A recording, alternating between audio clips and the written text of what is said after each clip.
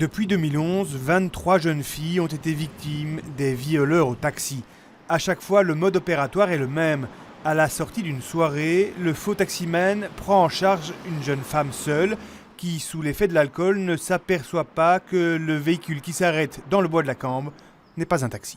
Il s'agit de 3 ou 4 individus qui font semblant d'être un chauffeur de taxi et qui proposent à jeunes filles, aux étudiantes qui ont passé une nuit à Bruxelles, de les déposer chez eux. Ils ne vont pas chez elles tout de suite, ils les conduisent jusqu'au bois de la Cambre et c'est là, dans leur voiture, qu'ils agressent les jeunes dames, soit violent les jeunes filles et les ramènent après chez elles. La nouvelle a de quoi inquiéter. Le dernier fait dénoncer s'est déroulé cet été, mais l'enquête avance lentement et ce week-end, les policiers ont arrêté un suspect. Mais si dans le quartier étudiant, les jeunes femmes ne cèdent pas à la panique, elles sont appelées à faire preuve de vigilance.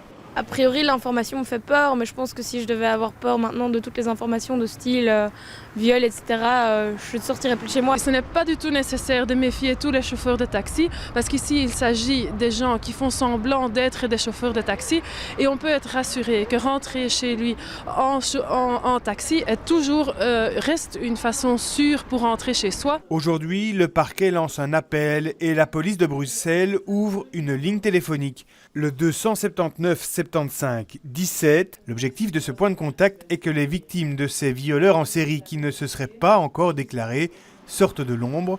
Les autorités craignent en effet que de nombreuses victimes n'aient jusqu'ici pas encore osé porter plainte.